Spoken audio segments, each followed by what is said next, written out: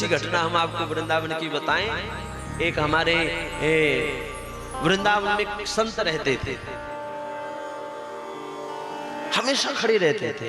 ये रियल घटना है, बिल्कुल अभी इस कलयुग की घटना है।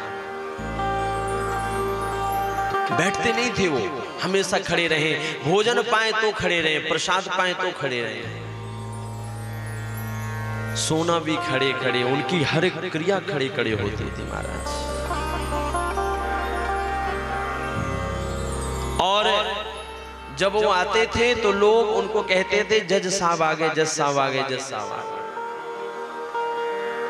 असल में वो जज का पद छोड़कर ही महात्मा हुए थे। जज के पद को उन्होंने इस्तीफा दे दिया था। रियल घटना है। और एक ये कथा ऐसे है, एक गांव में एक केवट रहता था। एक गांव था, उस गांव में एक केवट रहता था। केवट बड़ा गरीब था। उसके 4 बच्चे थे, एक बिटिया थी। कथा बड़ी भावात्मक है, ध्यान दे करके सुनना। कलयुग की रियल घटना है। आज से ये 70-80 वर्ष पहले की ये घटना हम आपको बता रहे हैं, ज्यादा पुरानी भी नहीं है। अभी महाराज जी जो है 20-25 साल पहले ही जो जज साहब थे, अभी डेथ किए, अभी मरे। तो ये रियल एकदम घटना है। तो रहते थे केवट जी उस गांव में। केवट रघुनाथ जी के बड़े अच्छे भक्त थे। 24 घंटा श्री राम श्री राम श्री राम, राम राम राम राम राम राम करते रहते थे। रघुनाथ जी का नाम लेते रहते थे। कोई भी काम हो, बुरा हो भला हो, चाहे जैसा काम हो, एक ही शब्द बोलते थे, मैं कुछ नहीं जानता, जो जानते मेरे रघुनाथ जी जाने। जो करें मेरे रघुनाथ जी करें। कुछ लोगों की आदत होती है ना कि भैया हमसे क्या हो रहा है, जो हो रहा है प्रभु की कृपा से हो रहा है। ये आदत थी। आदत के मुताबिक जो बोलते थे, हमेशा बस रघुनाथ जी की सेवा में रहते। एक मंदिर था, तो बूढ़े हो गए, बेटी का विवाह करना था। बच्चों ने कहा पिताजी गांव का जो साहूकार है आप उसके पास जाइए, कुछ धन उधार लेकर के आ जाइए, ब्याज में पैसा ले आइए। और वो सूत में पैसा उठाता था ब्याज में। बोले बाद में उसका मूल और सूत दोनों ही चुका देंगे, हम चारों भाई बाहर कमाएंगे, जो पैसा होगा धीरे धीरे आपके पास भेजेंगे। बहन का विवाह बढ़िया करना है। गरीब व्यक्ति था, साहूकार के पास गया और उसने अपना जो भी एक घर ही था, घर को गिरवी धर के और कुछ पैसे साहूकार से ले आया ब्याज पर। पैसा लाया, समय बीतता गया। बेटी का बड़ा सुंदर ढंग से विवाह किया रघुनाथ जी की इच्छा से। बाद में बेटे कमाने के लिए चले गए। कमाई के बाद फिर बच्चों ने धीरे धीरे किया, 1-2 साल में पूरा कर्जा चारों ने मिलकर के भर दिया। कर्जा पूरा हो गया। बाद में जब कर्जे की अंतिम किस्त लेकर के पहुंचे पैसा देने के लिए, ब्याज देने के लिए, और कहा साहूकार जी ये लीजिए अब आप पैसा अपना, और अब हमारे जो कागज हैं हमको वापस कर दीजिए। और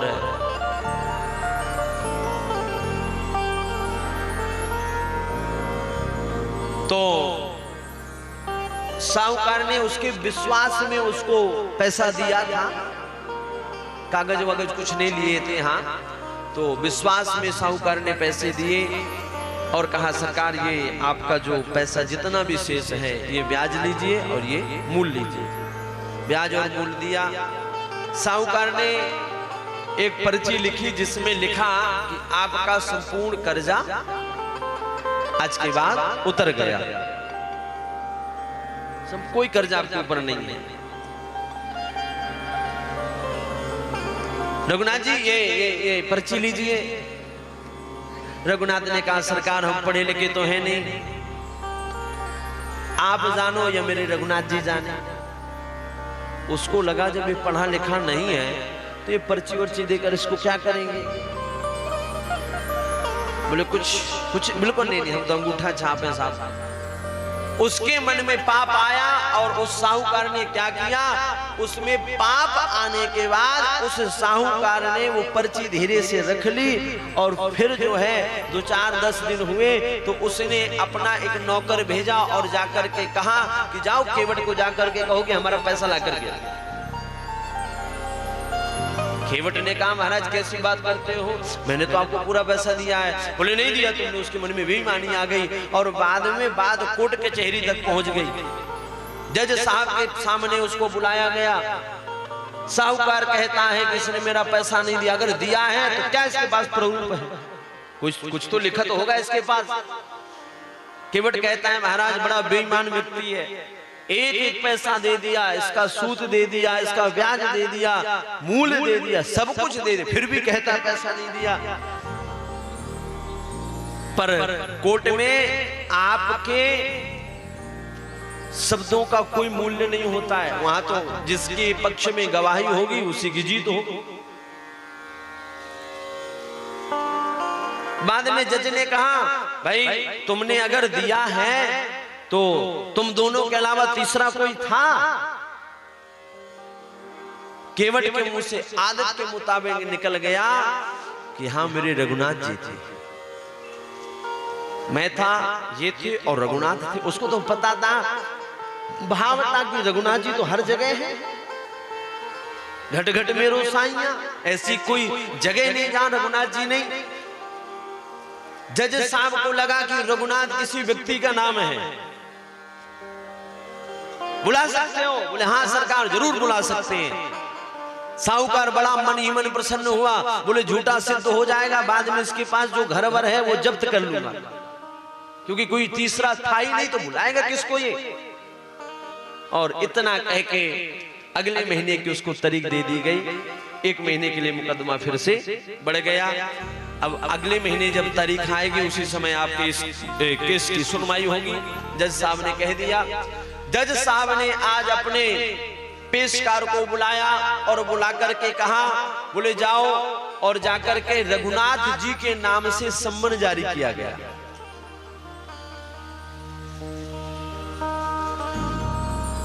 और जज ने कहा, बोले जाओ जाकर के ये सम्मन रघुनाथ नाम के व्यक्ति को देकर के आओ और उसको कहना कि तुमको अदालत में बुलाया गया है, फलाने फलाने गांव चले जाओ। जज साहब का भेजा हुआ आदमी उस गांव में पहुंचा, घर घर में जाकर पूछता, भैया क्या तुम ही रघुनाथ हो, क्या तुम ही रघुनाथ हो? सब कहे भैया यहाँ तो कोई रघुनाथ है नहीं, पर हाँ एक मंदिर जरूर बना हुआ है वहां रघुनाथ जी का।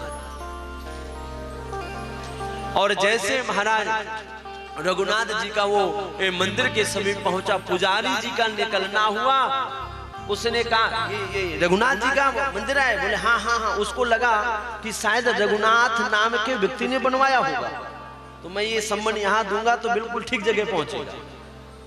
बोले लो ये सम्मान और रघुनाथ जी को दे देना और कहना कि उनको बुलाया गया है, कल किसी भी हालत में अदालत में आना है, नहीं आए तो उनके खिलाफ मुकदमा चलाया जाए। आहा, पुजारी जी ने जैसे वो सम्मान हाथ में लिया तो लेकर के कहते हैं लिखा है रघुनाथ जी। लेकर पहले तो हंसे और फिर हंस करके नेत्रों में अश्रु बिंदु भरी आए और कहते हैं सरकार चिट्ठियां आती देखी, 56 भोग आते देखा आपके दरबार में, आज पहली बार भक्त प्रेम के कारण आपके नाम का सम्मान जारी हुआ है, वो भी आते हुए हमने देखा। अब आ ही गया है तो हम क्यों रखें, लिया और लेकर के रघुनाथ जी के चरणों में समर्पित कर दिया। रियल घटना है, आज सुबह हुआ है, प्रातः काल होकर के महाराज पुजारी श्रृंगार कर रहा है और पुजारी को पता है कि केवट बड़ा अच्छा भक्त है, श्रृंगार की आज नए नए कपड़े पुजारी जी ने रघुनाथ जी को पहनाए। बोले सरकार आज आपको शहर जाना है, इसलिए सुंदर नई पगड़ी पहनाई गई और सुंदर वस्त्र धारण करवाए गए हैं। सुंदर भगवान को प्रातः काल जगकर बढ़िया जो है नाश्ता वास्ता भगवान को पवाया। इधर केवट पहुंच गया है और केवट को जज साहब ने कहा, बोले अब बुलाओ तुम्हारे रघुनाथ जी कहाँ पर हैं, लेकर के आए हो कि नहीं हो, कहाँ है वो? केवट कहता सरकार वो तो सर्वत्र है, ऐसी कौन सी जगह है जहां मेरे रघुनाथ जी नहीं है। जज के समझ में कुछ ना आए, जज ने फिर कहा, बोले बुलाओ तुम्हारे रघुनाथ जी कहाँ हैं। रघुनाथ हाजिर है, रघुनाथ हाजिर है, ऐसे 3 नारे जो लगाए हैं, चाल लटपटी सी एक वृद्ध की झुकी सी देह, दुपटी फटी सी शीश बांधे धर धाए, हाथ माई छड़ी पड़ी तुलसी की ही मां, माथे पे रोरी चारु चंदन लगाए हैं, और साहब के सामने विनीत चपरासी सा, आज रघुनाथ जी गवाह बन आए, आज रघुनाथ जी गवाह बन आए।